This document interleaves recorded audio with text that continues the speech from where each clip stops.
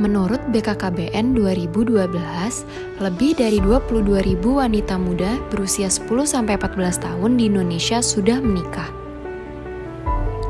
Indonesia menduduki posisi jumlah pernikahan dini tertinggi kedua di ASEAN setelah Kamboja. Selain itu, di dunia Indonesia menduduki peringkat ke-37 untuk angka pernikahan dini. Lalu, apa bahaya pernikahan dini pada kesehatan?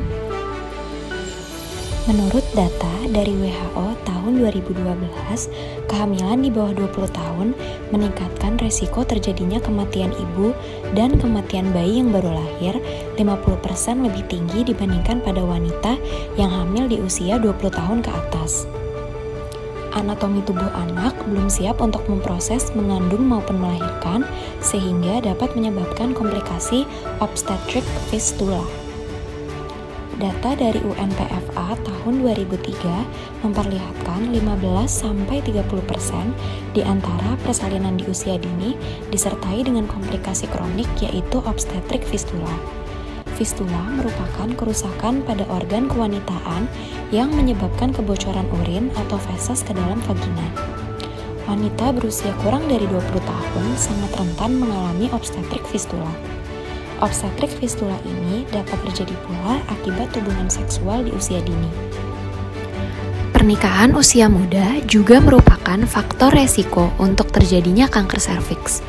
Mudanya usia saat melakukan hubungan seksual pertama kali juga meningkatkan resiko penyakit menular seksual seperti AIDS, gonorea, sifilis, dan herpes.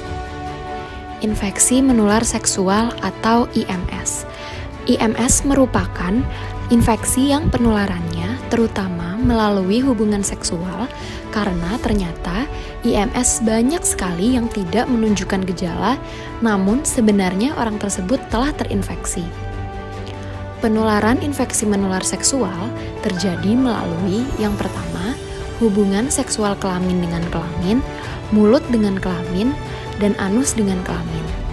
Yang kedua, ibu hamil yang terinfeksi juga dapat menularkan IMS kepada janin yang dikandung. Dan yang ketiga, yaitu melalui darah dan penggunaan jarum suntik secara bergantian. Siapakah yang lebih rentan terkena IMS?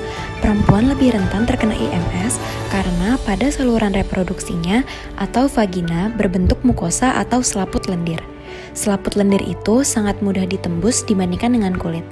Mukosa yang dimiliki perempuan ini juga berbentuk kantong yang menyebabkan bakteri atau virus dapat tertinggal lebih lama.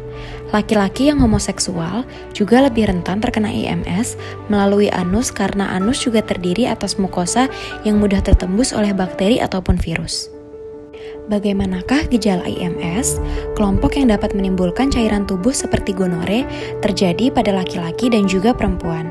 Pada laki-laki keluar cairan nanah dari saluran kencing dan umumnya terjadi 2-5 hari setelah hubungan seksual.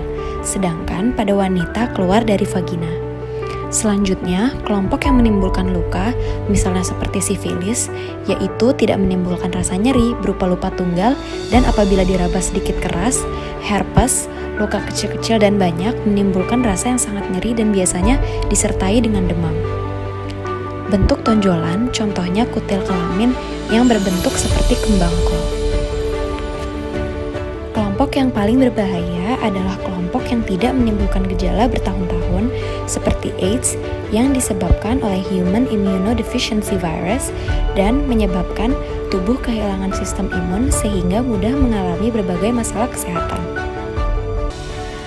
Cara pemeriksaan infeksi menular seksual adalah yang pertama konsultasi dengan dokter dan menceritakan apa yang terjadi secara terbuka. Yang kedua, pemeriksaan laboratorium. Dan yang ketiga, pemeriksaan darah. Cara mencegah resiko infeksi menular seksual adalah yang pertama, tidak melakukan hubungan seks sebelum menikah. Yang kedua, hindari berganti-ganti pasangan. Yang ketiga, melakukan pengecekan adanya kemungkinan IMS atau infeksi menular seksual, terutama pada pasangan yang akan merencanakan kehamilan. Dan yang keempat, apabila merasa terinfeksi, jangan berdiam diri dan segera melakukan pengecekan ke puskesmas atau rumah sakit terdekat untuk mendapatkan pengobatan yang tepat.